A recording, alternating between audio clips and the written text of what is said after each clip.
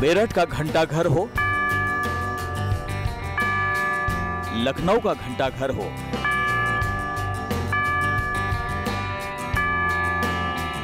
पटना का हो या फिर बेंगलुरु का, शहर शहर में मिलने वाली इस बनावट को देखकर मन में एक सवाल जरूर उठता है। सवाल कि इन्हें बनाया क्यों गया था, इन्हें बनाया किसने था, इनकी अहमियत क्या है।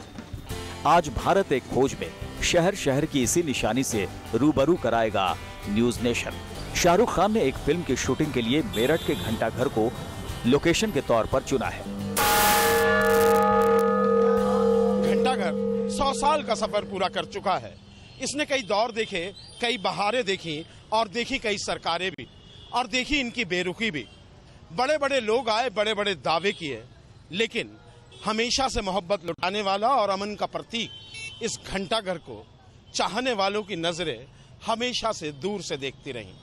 लेकिन अब न्यारा है तो फिल्म इंडस्ट्री के किंग खान ने, और मोहब्बत नवाजी है इस घंटाघर की सुइयों को दोबारा से चलाकर। मेरठ का ये घंटाघर 100 साल से भी ज्यादा पुराना है, लेकिन वक्त के साथ इसकी अहमियत घटती चली गई। इसकी घड़ियों ने भी दम तोड़ दिया, सुइयां खामोश हो गई। लेकिन अब शाहरुख खान की वजह से इन घड़ियों में धड़कन लौटी है। यूं तो आज की तारीख में यह घंटाघर अपनी चमक और अहमियत खो चुका है, लेकिन इस घंटाघर ने कभी इतिहास बनते देखा है। कभी यहां सुभाष चंद्र बोस भाषण दिया करते थे। हालांकि जब सुभाष बोस की तकरीर यहां होती थी तो घंटाघर की घड़ियों में भी धड़कन थी, जो अब बंद हो गई है। मेरठ में 80 फुट ऊंचा ये घंटाघर, और इस समय मैं 60 फुट की ऊंचाई पर हूं, और बिल्कुल चोटी के नीचे ही जहां ये घंटाघर की मशीन लगी हुई है। ये मशीन शाहरुख खान के प्रोडक्शन ने अभी ही लगवाई है, लेकिन जो पुरानी मशीन थी इससे बहुत बड़ी मशीन थी, और उसमें सारा सामान जो पीतल का था। अभी ये जो चक्री आप चलते हुए देख रहे हैं, ये समय बताने वाली चक्री है। ये मोटे मोटे तार इसमें बंधे हुए हैं, और ये तार खींचे हुए हैं ऊपर सुइयों के साथ। नीचे जो वेट आपको भारी सा दिखाई दे रहा है, इस सर्किल में, इसमें ये वेट बंधा है। मेरठ के घंटाघर की किस्मत तो शाहरुख खान की वजह से बदल जाएगी, लेकिन आज भी कई शहरों में घंटाघर धूल फांक रहे हैं। घड़ियों में कबूतर के घोंसले मिलते हैं। घंटाघरों का अतीत मिट रहा है, जो देश के लोकतंत्र से भी कहीं ज्यादा पुराना है। घंटाघर या क्लॉक टावर, यानी ऐसी घड़ी जिससे पूरे शहर को वक्त का पता चलता था। आज टाइम पता करने के लिए हर किसी के पास मोबाइल फोन या कलाई पर घड़ी है, लेकिन 200-300 साल पहले वो दौर भी था जब इस तरह की कोई सुविधा नहीं होती थी। उस दौर में लोगों के पास घड़ी नहीं थी, न कलाइयों पर और न दीवारों पर।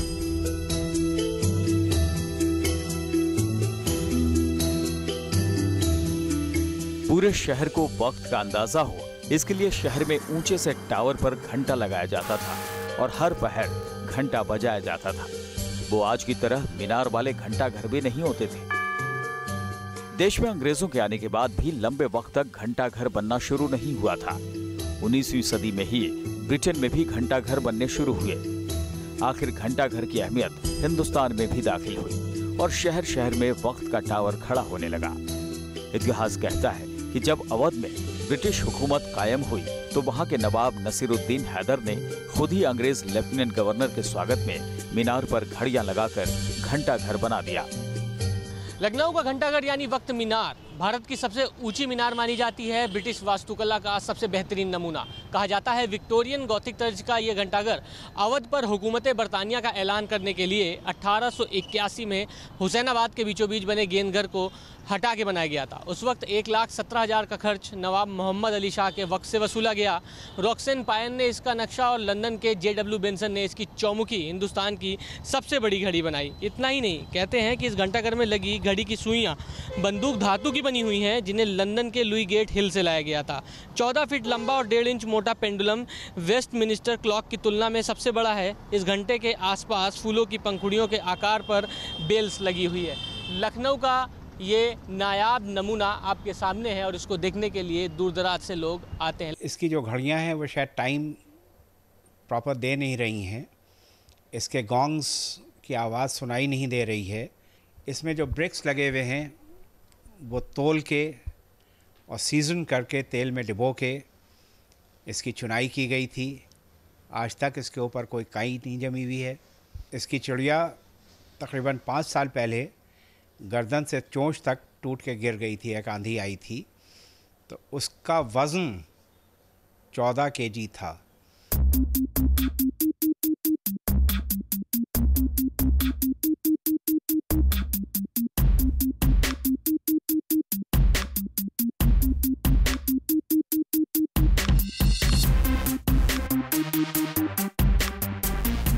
अगर इस घंटाघर को अंग्रेजियत से जोड़ा जाता है तो इसकी वजह है लंदन में बना दुनिया का ये सबसे मशहूर क्लॉक टावर बिग बेन।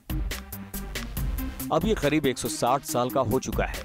ये उस दौर में बना था जब ब्रिटेन में घड़ी का कॉन्सेप्ट ताजा ही था। 19वीं सदी के शुरू में ब्रिटेन के लोगों में घड़ी को लेकर खूब चाव हुआ करता था। घरों में सबके पास घड़ी नहीं होती थी, इसलिए चर्च या चौराहों पर बड़े घंटा घर बनाए जाने लगे। इसी कड़ी में साल 1859 में लंदन में ये एक बड़ा घंटा घर बनाया गया, जो उस वक्त ब्रिटेन की महारानी के नाम पर एलिजाबेथ क्लॉक टावर कहलाया। अब इसे बिग बेन के नाम से जाना जाता है। एलिजाबेथ क्लॉक टावर बनने के बाद हिंदुस्तान में घंटा घर बनने का सिलसिला शुरू हुआ था। आज देश के कई शहरों में घंटा घर दिखते हैं और उनमें से कुछ उसी दौर के बने हुए हैं। हालांकि सारे क्लॉक टावर अंग्रेजों ने बनवाए हों ऐसा नहीं है। काशी के नरेश ने तो अपने बेटे की शादी से खुश होकर क्लॉक टावर बनवा दिया था।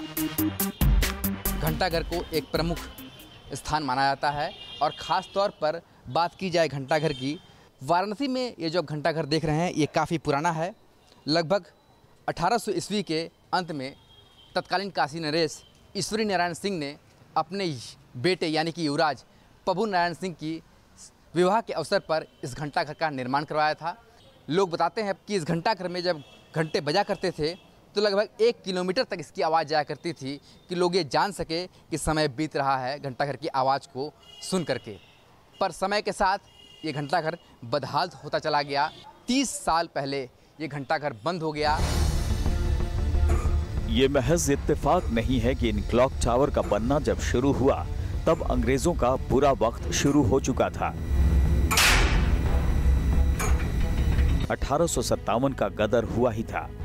अंग्रेजी हुकूमत की चूलें हिल गई थी।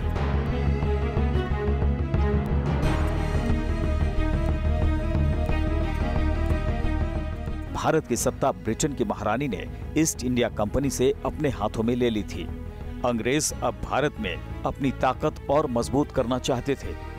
माना जाता है कि भारत में क्लॉक टावर बनाने के पीछे एक वजह अंग्रेजों की राजनीति ही थी।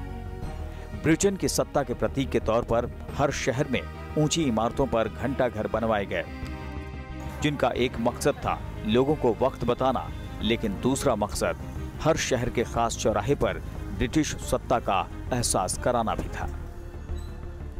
इतिहासकार थॉमस मेटकॉफ ने अपनी किताब द इंपीरियल विजन में लिखा है कि 1857 के गदर के बाद अंग्रेज भारत में अपनी प्रभुता दिखाना चाहते थे, इसलिए स्टैंप की तरह उन्होंने क्लॉक टावर बनाना शुरू किया। उनका मकसद था कि शहर में हर कोई क्लॉक टावर देखकर ब्रिटिश सत्ता का एहसास कर सके।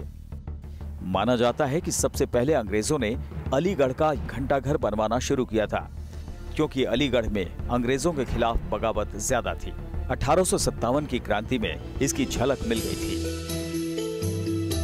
इस दौरान दिल्ली में तो जगह जगह घंटाघर बनाए गए, जिनमें से एक है चांदनी चौक का घंटाघर। माना जाता है कि चांदनी चौक में बना घंटाघर अंग्रेजों के बनाए सबसे पुराने घंटाघरों में से एक था, जो बाद में जर्जर हाल में होने की वजह से ढह गया।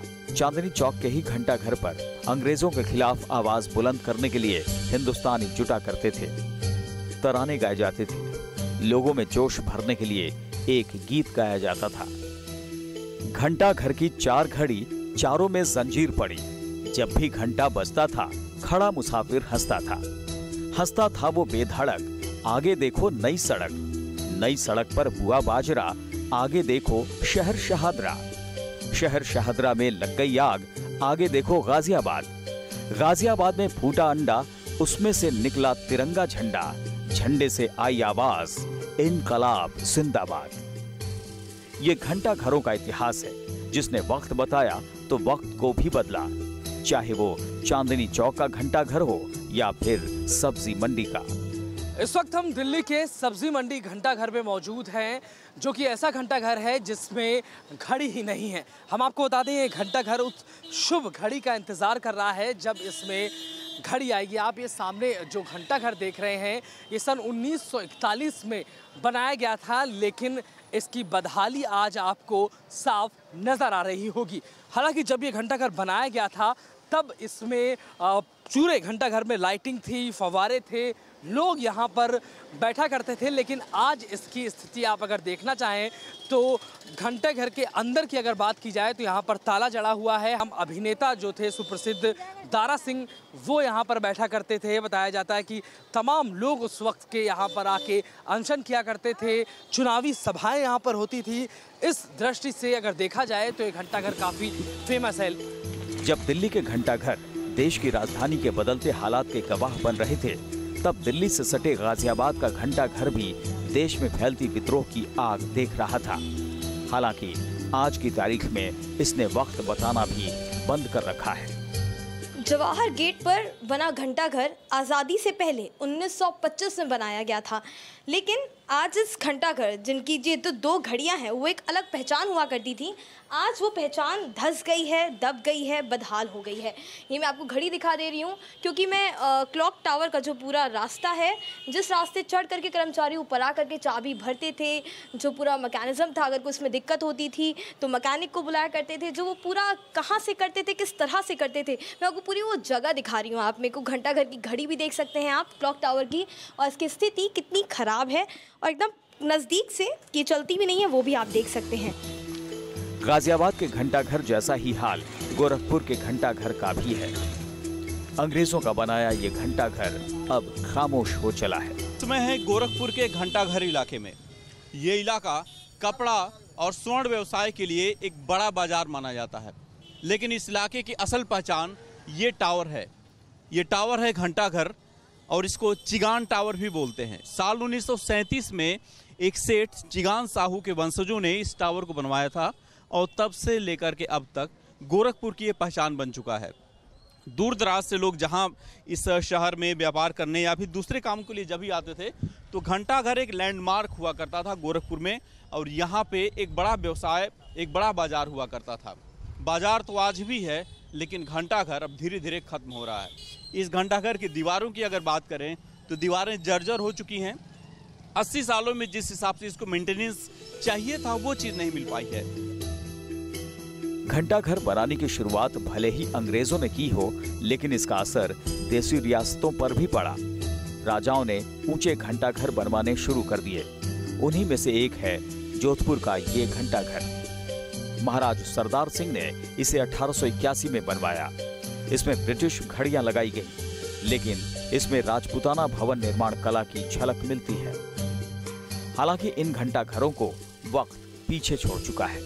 आज देश के ज्यादातर शहरों में घंटा घर बंद पड़े हैं, घड़ियां खराब हो गई हैं, देख रेख करने वाला कोई नहीं। लेकिन कुछ घंटा घरों की घड़ियां जो 100 सालों से बराबर वक्त बता रही हैं, उनमें से एक है बिहार की राजधानी पटना का घंटा घर।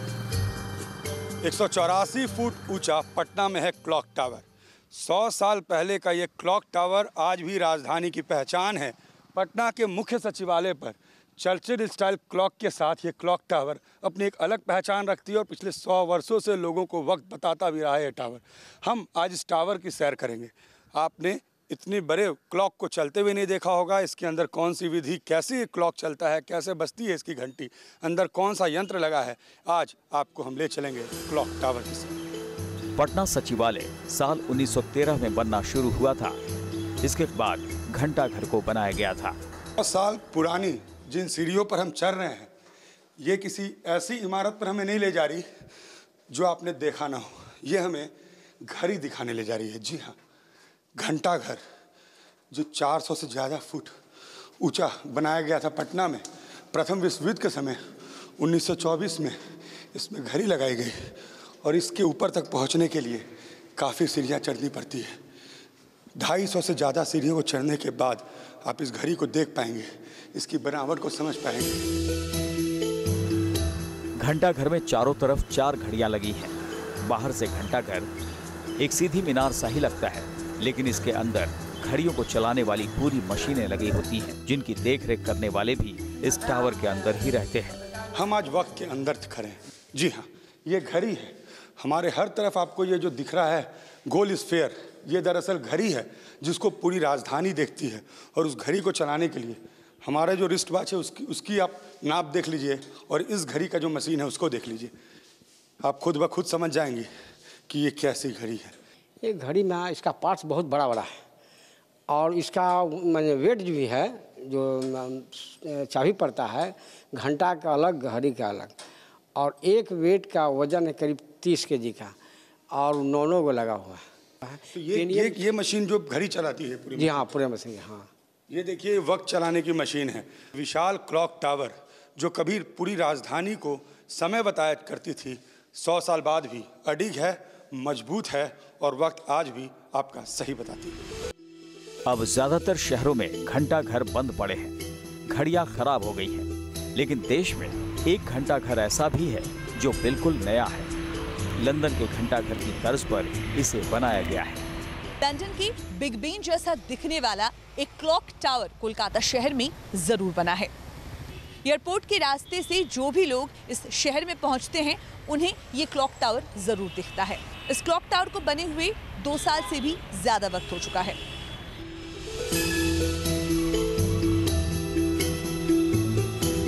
इसी तरह बेंगलुरु का घंटाघर भी बनाया गया है। बेंगलुरु महानगर पालिका की बिल्डिंग के ऊपर ही बना ये बड़ा सा घंटाघर आज भी पूरे शान से शहर को समय बताता है। हम इस वक्त मौजूद है बेंगलुरु के बृहद बेंगलुरु महानगर पालिका यानी BBMP के दफ्तर के बाहर। लेकिन ये जगह जो है, ये इमारत BBMP से ज़्यादा अपने घंटाघर की वजह से मशहूर है पूरे बेंगलुरु में। आप देख सकते हैं ये जो मेन बिल्डिंग है, इसका जो सेंट्रल मीनार है, इसके चारों तरफ जो है बड़े बड़े 4 क्लॉक्स लगे हैं। चारों दिशाओं में ये क्लॉक्स लगे हैं, और कहा जाता है कि ये जो घड़ियाँ यहाँ पे लगी हैं, बड़ी बड़ी जो क्लॉक लगे हैं, ये करीब 80 साल पहले लगाए गए थे। उस ज़माने में लोगों के पास घड़ियाँ नहीं होती थी, और जब वो अपने घरों से बाहर आते थे, ख़ासतौर बेंगलोर की तरफ आते थे, तो उस समय उनको वक्त का अंदाज़ा नहीं होता था। तो वो यहाँ पर आकर इस घड़ी को ही देखते थे, और यहाँ पर उन्हें पता चल जाता था कि वक्त क्या होता है। 80 साल से यही क्लॉक्स वहाँ पर लगे हैं। चारों तरफ ये जो 4 क्लॉक्स हैं, ये आज तक ख़राब कभी नहीं हुई है। आज घंटाघर की अहमियत घट गई है, या यूं कहें कि अब इसकी अहमियत नहीं रही। लेकिन एक वक्त ऐसा भी था जब अंग्रेजी हुकूमत के इस प्रतीक को देखकर हिंदुस्तान का खून खौल जाया करता था। ये गुलामी की निशानी लगते थे, और यही वजह है कि 1890 के दशक में घंटाघरों को तोड़ने की कोशिश शुरू हुई। इतिहास कहता है कि साल 1898 में मुंबई में दंगा भड़का था, क्योंकि तब पूरे देश में हैजा फैला था। सैकड़ों लोग हैजा के शिकार हो रहे थे, और तभी लोगों का गुस्सा अंग्रेजी हुकूमत के प्रतीक घंटाघर पर फूटा था। कहा जाता है कि मुंबई के क्रॉफोर्ड मार्केट क्लॉक टावर पर राइफल से हमला हुआ था। घड़ियों को तोड़ने की कोशिश हुई थी। अंग्रेजी हुकूमत का वक्त रोकने की कोशिश हुई थी। वक्त के साथ अंग्रेजों और घंटाघर का तालमेल खत्म हो गया। देश आजाद हो गया, और घंटाघर हिंदुस्तान के बनकर रह गए। आज ये अंग्रेजों की गुलामी के प्रतीक नहीं, आजादी की लड़ाई के गवाह हैं। घंटाघर की घड़ियां आज भले काम करें या ना करें, आज हर शहर में एक पता घंटाघर का होता है, चाहे मुंबई हो, लखनऊ या फिर जोधपुर। यहाँ के घंटाघर देश की धरोहरों की तरह शुमार होते हैं।